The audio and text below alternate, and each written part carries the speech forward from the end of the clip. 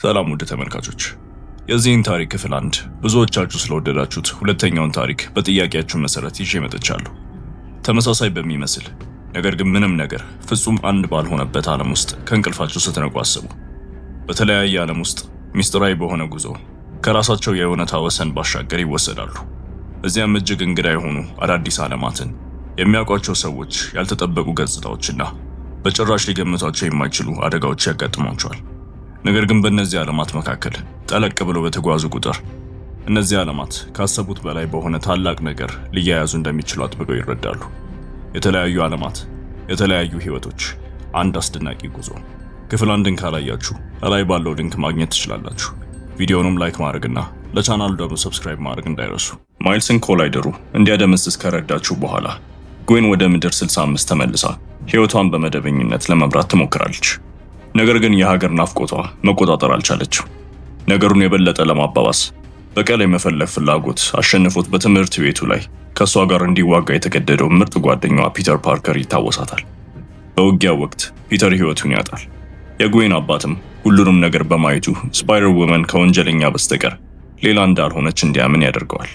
በዚህም ምክንያት ልጅቷ ለራሷ አባት እንኳን እውነቱን ለመናገር ተመችቷት አያውቅም። ብቻዋን እንደሆነችም ስለሚሰማት ከማይልስ ርቃ በመቆየቷ ሐዘኗ ይበልጥ ይጨምራል። ብዙ ካሰበች በኋላ ጉዌን ወደ ቤት ትመለሳለች። ጆርጅም በስፓይደር ውመን ምርመራ ላይ ትልቅ እድገት ማድረጋቸውን ይነግራታል። ይህ ነገር ወደ ክርክርም ይለወጣል። ክርክሩም የሚያበቃው አዛዡ የቮልቸር ጥቃት መኖሩን አስጠንቅቆ ሁሉንም የፖሊስ አባላት በአፋጣኝ ወደ ከተማው ማዕከል ሲጠራ ነው። ጆርጅ ወደ መኪናው ይሮጣል። አባቷ በማዕከሉ ውስጥም ያደናት ቢሆን እንኳን ጉዌን የስፓይደር ውመን ልብሷን ለብሳ ትወጣለች። ቮልቸር ትልቅ ፍንዳታም ያደርሳል። ሁሉም ሰዎችም ከመኪኖቻቸው ጀርባ ይሸሸጋሉ። ይህም ለጉዌን በድሯ እንድታስራቸው ቀዳዳ ይሰጣታል። የሚያሳስባት አንድ ነገር በመቀነሱ ልጅቷ ወደ ፍርስራሹ ትሮጣለች። ነገር ግን ቮልቸር ከኋላዋ መጥቶ በማንከባለል ድንገት ያጠቃታል። በንዴትም ጠላቱ ጉዌን ወደ ተረገመ ዓለም እንዳመጣችው ይከሳታል። በድንገትም ፍጥሩ የተለያየ የሰውነት መዛባት ያጋጥመዋል። ይህም ልጅቷ ከዚህ ዓለም እንዳልሆነ እንድትረዳ ያደርጋታል። በጉጉትም ከየትኛው ምድር እንደመጣት ጠይቀዋለች። እርሱም ለመመለስ ፈቃደኛ አይሆንም። ነገር ግን በገጽታውና በጣሊያንኛ አነጋገሩ ምክንያት ይህ ቮልቸር ከህዳሴ ዘመን እንደመጣና ለመብረር የዳቪንቺ ፈጠራ እንደተጠቀመ እንደሆነ ለመረዳት ብዙ ጊዜ አልወሰደባትም። በጠላቱ ላይም ተሳፍራ ጉዌን ከግድግዳ ጋር እንዲጋጭ ለማድረግ ትሞክራለች። ነገር ግን በጠላቱ ተመታ ትወድቃለች። እርሱም የመጨረሻውን ገዳይ ምት ሊሰጣት ይመጣል። ነገር ግን ብታመልጥም በቮልቸር መንጠቆ ተመታ ከግድግዳ ጋር ትታሰራለች። መንቀሳቀስም አለመቻሏን በመጠቀም ፍጡሩ ጥፍሮቹን አውጥቶ የመጨረሻውን ምት ለመስጠት ይዘጋጃል። ነገር ግን ከሌላ ዓለም የመጣ ሚጌል የተባለ ስፓይደርማን ያቆመዋል። እርሱም የዓለማትን ደህንነት ለመጠበቅ የሚጥር የላቀ ቡድን የሆነው የስፓይደር ሶሳይቲ መሪ ነበር። በዚህ ጊዜ ቮልቸር ከጀርባው ቆሞ በክንፎቹ ሁለቱንም ተሸክሞ ጥቃት ይሰነዝርባቸዋል። ሚጌል ከኪንግ ፔን ኮላይደር ጋር የሆነውን አደጋ ሲያስረዳ ኮላይደሩ ዓለማት መካከል ትልልቅ ቀዳዳዎችን በመክፈቱ ጠላቶች ዓለማትን እንዲቀያይሩ አድርጎ ነበር። እነሱንም ለማጥፋት በማሰብ በሁለቱ ላይ በርካታ ቦምቦችን ይወረውራል። ስፓይደርማን ሚጌልም ወደ ፈንጂዎቹ ዘሎ በአየር ላይ ያጠፋቸዋል። የጠላትም ክንፎች ይበጣጥሳል። ነገር ግን ክንፎቹ ወዲያውኑ መልሰው ይሰራሉ። ቀላል እንደማይሆን የተረዳው ሚጌል ተጨማሪ ኃይል ይጠራል። ጄሲካ ድሩ የተባለች ሌላ ስፓይደር ውመን በሞተር ብስክሌት ትመጣለች። የጠላቱን ፊት በጎማዋ መታ ወደ ደረቱ ፍጥነት በመጨመር ትገባለች። በቡድን በመስራታቸውም በቮልቸር ላይ ትልቅ ጉዳት ያደርሳሉ። እርሱም የቦታውን ጣሪያ በማፍረስ ይበቀላል። ፍርስራሹም በየሰዎቹ ላይ ይወድቃል። ሴቶቹም ሰዎችን ሲያድኑ ሚጌል በጠላቱ ጀርባ ላይ ይዘላል። ጠላቱም የፖሊስ ሄሊኮፕተር ላይ በመተኮስ በጆርጅ ላይ ሊወድቅ ሲል ጉዌን እርሱን ለማዳን ትልቅ የማቆሚያ ደር ትዘረጋለች። በዚህም ሄሊኮፕተሩ እንዳይወድቅ ማድረግ ትችላለች። የዚህ ዓለምም ስፓይደር ውመን ሙሉ በሙሉ ዝላ ትወድቃለች። ድሩም ባለቀባት ጊዜ ሊያስራት በሚሞክረው ጆርጅ ድንገት ትገኛለች። ጉዌንም አባቷ እንዲለቃት ልታሳምነው ትሞክራለች። ነገር ግን የማስጠንቀቂያ ተኩስ ሲተኩስባት ማስኳን ከማውለቅ ውጪ አማራጭ ታጣለች። ይህም ጆርጅን ሙሉ በሙሉ በድንጋጤ ውስጥ ይከተዋል። ልጁ ብትሆንም እሷን ለማሰር አሁንም ይቆርጣል። ነገር ግን ሌሎቹ ስፓይደሮች መተው በካቴና ከማሰሩ በፊት የፖሊስ አባሉን ትጥቅ ማስፈታት ይችላሉ። ወደ ስፓይደር ሶሳይቲም ከመመለሳቸው በፊት ጆርጅን በኃይል ክልል ውስጥ አስሮት ይሄዳሉ። ከመውጣታቸውም በፊት ሚጌል ጉዌን በዚህ ምድር ላይ የምትኖርለት ማንም ሰው እንደሌላ ታይቶ ወደ ሰራዊቱ እንድትቀላቀል ይጋብዛታል። ያለምንም ችግር ከዩኒቨርሷ ውጪ እንድትቆይ የሚያስችላትን ሰዓት ይሰጣታል። በምድር 1010ም ስፖት በመባል የሚታወቅ አንድ ሱቅ ገብቶ ከኤቲኤም ገንዘብ ለማውጣት የፖርታል ኃይሉን ይጠቀማል። ነገር ግን በትክክል ማድረግ ባለመቻሉ ኤቲኤሙን ወደ መደበቂያው ለመውሰድ መንገድ ይፈጥራል።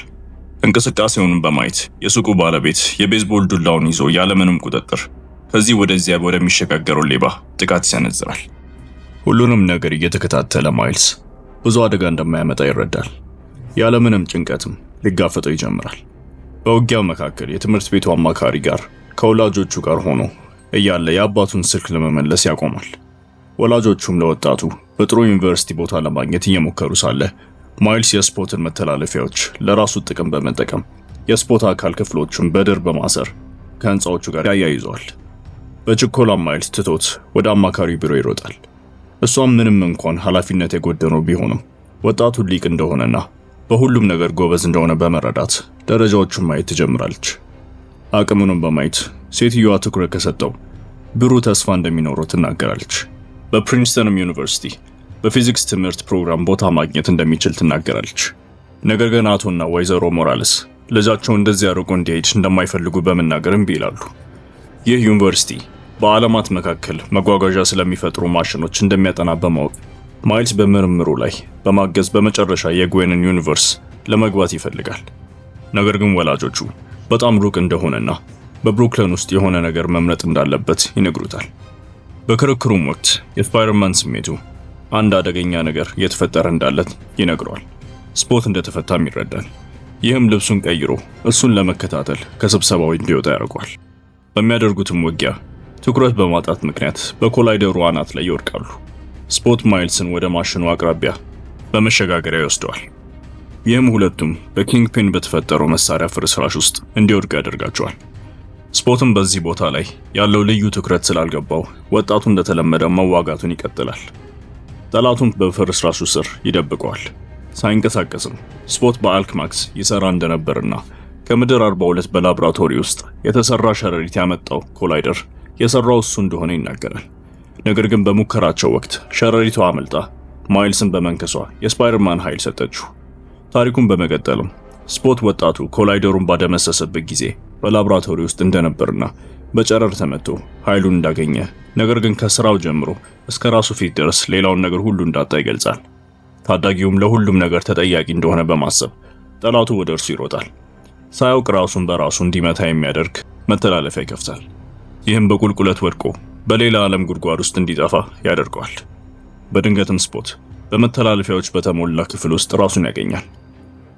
ጭንቅላቱንም በመክተት በርካታ የተለያዩ ዓለሞች ውስጥ ይገባል። በዓለማት ውስጥ ከተጓዘ በኋላ ስፖት ወደ ኮላይደሩ ተመልሶ ይወድቃል። እርሱ ካለፈባቸው ዓለማት አንዱ ስፓይደርማን ችግር እንዳለ በመመልከት ለሚጌል ሪፖርት ያደርግለታል። ይህም መላውን የስፓይደር ሶሳይቲ በተጠንቀቅ ላይ ያደርገዋል። ምን እየሆነ እንዳለ ምንም ሳያውቅ ማይልስ ወደ ጣፋጭ ሱቅ ሄዶ በሚቀጥለው ሳምንት ወደ ካፕተንነት ወደሚሸጋገሩ አባቱ ዝግጅት ይሄዳል። እንደተለመደውም ወጣቱ ኬኩን ወደ ቤት ወስዶ ከበርካታ ጠላቶች ጋር ይገናኛል። ይህም ምግቡ ሙሉ በሙሉ እንዲበላሽ ያደርገዋል። የአባቱንም ንግግር ያመልጠዋል። በንዴትም ወላጆቹ ምን እየሆነ እንዳለና ለምን እንደራቀ ይጠይቁታል። ነገር ግን ቢፈልግም ማይልስ እንደተጠላው ቀራለሁ በሚል ፍርሃት ስፓይደርማን እንደሆነ ለመናገር ደፋር አይሆንም። ይህ በእነሱ መካከል ትልቅ ክርክርን ይፈጥራል። አቶ ሞራልስም ልጁን ለ2 ወራት ያግደዋል። ወደ ክፍሉ እንዲሄድም ያዘዋል። ተስፋ የቆረጠውን ማይልስ ለማረፍ ወደ አልጋው ይሄዳል። በላይ ላይ ፖርታል ሲከፈትም አላስተዋልም። ጉዌን ከጎኑ ስትታይ ብቻ ነው ምን እየሆነ እንዳለ የሚረዳው። ጓደኛዋን በማየቷ ደስ ብሏት ታቅፈዋለች። ከሷ ጋርም እንዲዞር ትጋብዟለች። ይህም ወላጆቹን ሳይታዘዝ ከተማዋን ለመጎብኘት እንዲወጣ ያደርገዋል። በኒውዮርክ ውስጥ ሲወዛወዙ ጉዌን ስለ ሚጌልና ስለ ስፓይደር ሶሳይቲ ትነግሯለች። እንዲሁም ኮላይደሩን ካደመሰሱ በኋላ ሁሉም ዓለማት እንደተበላሹ ትነግሯለች። በጉብኝት መካከልም ጉዌን ስፖት ወደ አንድ አፓርታማ ሲገባ ታያለች። እሱንም ለመከታተል የሸረሪት ሰላይ ለመልቀቅ ሰዓቱን ትጠቀማለች። መሳሪያውንም እሱ ሲከታተል እሷ ከማይልስ ጋር መነጋገሯን ትቀጥላለች። ስፓይደርማን የመሆንን ችግር ከተነጋገሩ በኋላ ሁለቱ ወደ ዝግጅቱ ይመለሳሉ። የወጣቱ ወላጆችም ጉዌንን ለመተዋወቅ በመፈለግ ያቋርጧቸዋል። ከተዋወቀቻቸውም በኋላ እናቱና ማይልስ ብቻቸውን እንዲነጋገሩ ጥላቸው ትሄዳለች። ማይልስ ምን እያለፈ እንደሆነ ባታውቅም ሴትዮዋ በተቻለ መጠን ለመረዳት ትሞክራለች። የተከለከለ ቢሆንም ልጇ እንዲወጣ ትፈቅድለታለች። መከተሏንም ሳታውቅ ልጅቷ ወደ ሰዓቱ ሸረሪት ትሄዳለች። የስፖትንም አፓርታማ ሙሉ በሙሉ እንደተበላሸ ትረዳለች። ለመመርመርም ወደዚያ ትሄዳለች። ከኋላው ማይልስ የሆነውን ሁሉ የሚያሳይ ሆሎግራም ስትመለከት ያያታል። ስፖት ኮላይደሩን አሁንም ወደሚሰራበት ዓለም የሚወስደውን በቂ ኃይል ያለውን መሳሪያ እንደሰራ ታውቃለች። መሳሪያውም ሲጠናቀቅ ስፖት እቅዱን ጀምሮ ወደ ሌላ ዓለም ይሄዳል። የሆነውን ነገርም ስታይ ጎይን በጣም ትጨነቃለች። ጄስም ደውላ ማይልስ ለመጎብኘት እንደሄደችና ስፖትን ማይክሮ ኮላይደሩን እንዲሰራ እንደተወችው በመከራከር ትወቅሳታለች። ጄስም ስፖትን ተከትላ የአልክማክስ ኩባንያ ወዳለበት ዓለም እንደተጓዘ ትረዳለች። ራሱንም ለማጠናከር ኮላይደሮቹን ለመጠቀም አቅዶ ነበር። ሚጌልም ካወቀ እንደሚያባራት በማወቅ ጎይን ለጄስ ምንም እንዳትናገር ትጠይቃታለች። ሁሉንም ነገር ለማስተካከል ወደዛ ምድር ትሄዳለች። ጠላቱንም ራሷ እንደምትከታተለው ትናገራለች። ወደ ሌላ ዓለም ፖርታል ትከፍታለች። ማይልስ በማይታይ ሁኔታ እየተመለከታት እንደሆነ ሳታውቅ ትሰናበተዋለች። ነገር ግን ወጣቷ ብቻዋን እንዳትሄድ አይፈቅድላትም። ወዲያውንም ከኋላዋ ወደ ፖርታሉ ይገባል። ስፖትም የአልክማክስ ህንፃ ፍለጋ ዜጎቹን በሚያሰቃይበት በህንድ መካከል ይገኛል። ከተወሰነ ጊዜ ፍለጋ በኋላ ማይልስ በመጨረሻ ጎይንን ያገኛታል። እሷ ግን በእርሱ መገኘት ተዘናግታ ፊቷ ላይ ትመታለች። እንዳትጎዳም ለመከላከል ወጣቱ በድሩ ይዛታል። ስፖትንም ማሳደድ ይጀምራል። ነገር ግን አካሉ ከሌላ ዓለም ውጪ በመሆኑ ሰውነቱ መዛባት ይጀምራል። ጎይን እርሱን ለማዳንም ትገደዳለች። የዛ ዓለም የሆነው ፓቭ የተባለ ስፓይደርማን ውጊያውን ይቀላቀላል። ሶስቱም አሁን የበለጠ ወደ ጠነከረውና በደንብ መቆጣጠር ወደሚችለው ስፖት ያመራሉ። እየተዋጉም ሳለ አልክማክስን አግኝቶ ወደ መቆጣጠሪያው ክፍል ይሰብራል። ኮላይደሩን ማስነሳት ይጀምራል። ማንም እንዳይገባ የሚያደርግ የኃይል ክልልም ይፈጥራል። በዚህን ጊዜ ሆቢ የተባለ የፓንክ ስፓይደርማን ስሪት ይታያል። ጊታሩን በመጠቀም እንቅፋቶቹን ይሰብራል። ሶስቱም ስፖትን እንዲያገኙት መንገድ ይከፍታል። አሁን ስፖት የበለጠ ጠንካራ ነው። አራቱንም በአንድ ጊዜ መዋጋት ይችላል። በፖርታሎቹ አንዱ ላይ ሌላኛው እንዲመታ ያደርጋል። የበለጠ ኃይለኛ ቢሆንም ስፖት አሁንም አልረካም። ኮላይደሩን ያስነሳዋል። እርሱም ሳበው። ወደ ሪያክተሩም ሲገባ ይፈነዳል። በጨረሩ መካከል ማይልስ ከስፖርት ጋር ይገናኛል። አባቱ በበርካታ የተለያዩ እውነታዎች ውስጥ ሲጠፋ ያያል። ይህም ሙሉ በሙሉ እንዲፈራ ያደርገዋል። ወጣቱ ሁሉንም ነገር እንዳየ ሲረዳ ስፖት ለማይልስ ይሄ ወደፊት የሚሆን ነገር እንደሆነና ማይልስ ሁሉም ነገር አጥፍቶ ህይወቱን እንዳበላሸበት ሁላ የእሱንም ህይወት እንደሚያበላሸው ይነግሯል። በዚያ ቅጽበት በአልክማክስ ህንፃ መካከል ፖርታል ይፈጠራል። እርሱም መደርመስ ይጀምራል።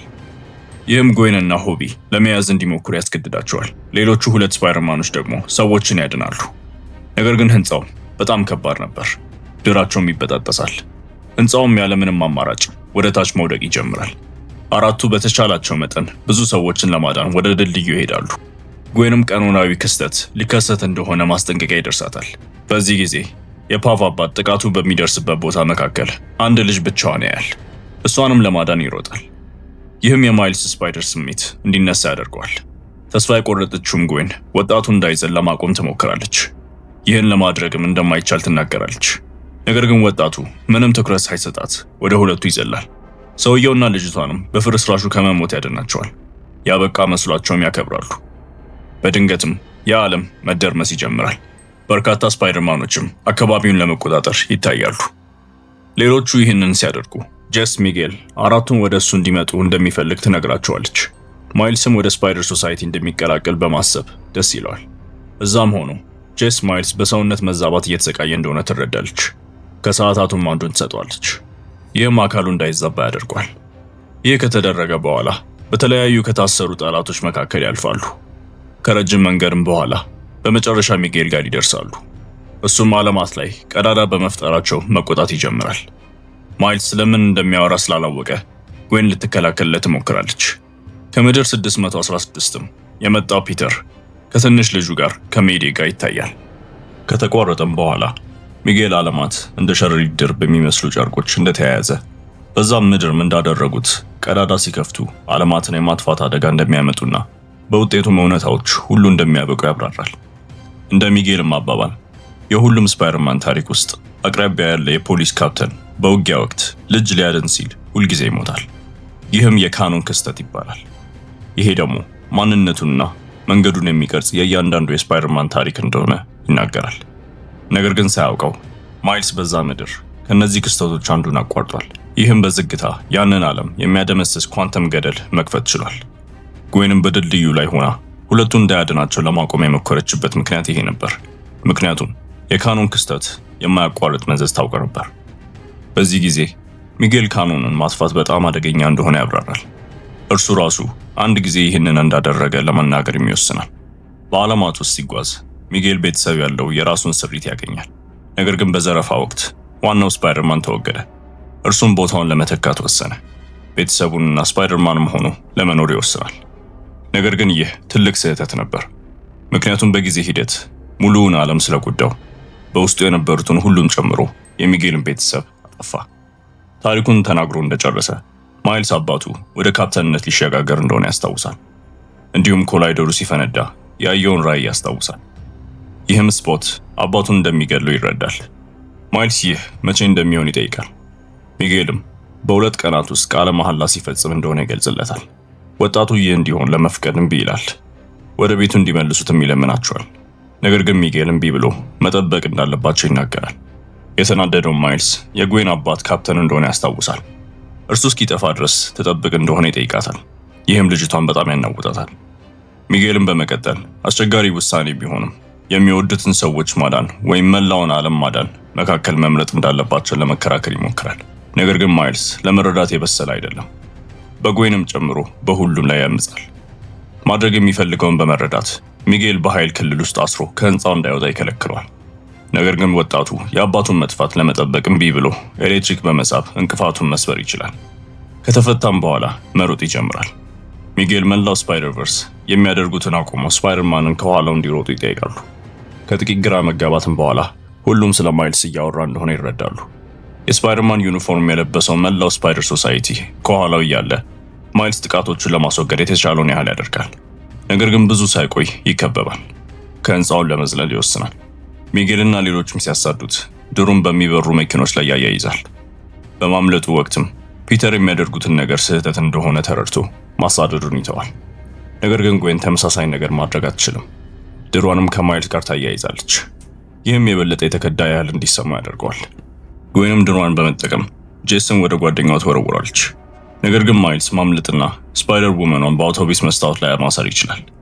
አሁንም ሚጌል ማይልስን ማሳደዱን ይቀጥላል። ከእጁ ላይ ሰዓቱን መንጭቆም ይወስደዋል።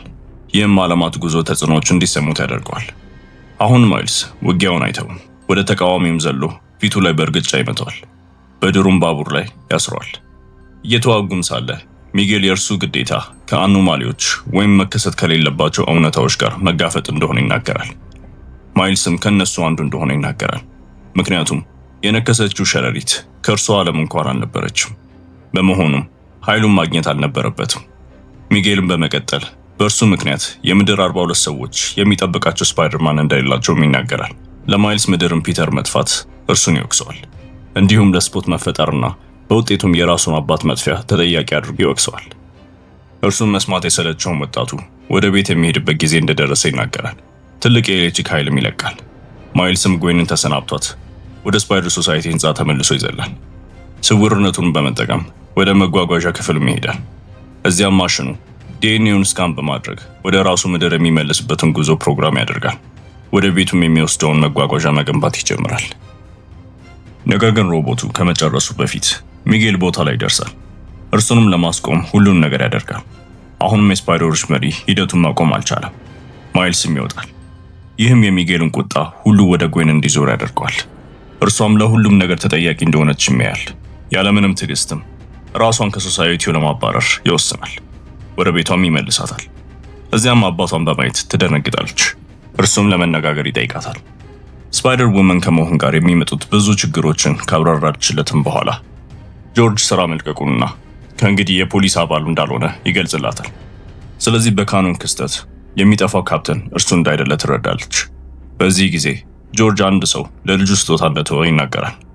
ለሷም ስፓይደር ፓንክ እስከዚህ ድረስ መጥቶ ሰዓት እንደሰጣት ትረዳለች። ይህም ማይልስን ለመርዳት ወደ እርሱ እንድትጓዝ ያስችላታል። ሚጌልና ሌሎቹም ስፓይደሮች እርሱን መፈለግ ሲጀምሩ ማይልስ ወደ ቤቱ ይሮጣል። ነገር ግን ምንም አይነት ምልክት ማግኘት ስላልቻሉ አባቱን መከተል ይጀምራሉ።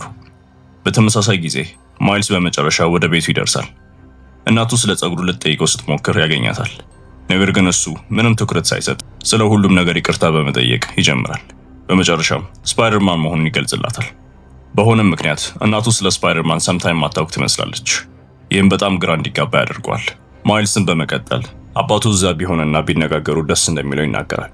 እናቱም እርሱ የሚናገረውን ነገር የወደደችው አትመስልም። ይህም አሁንም ምንም እንዳይገባ ያደርገዋል።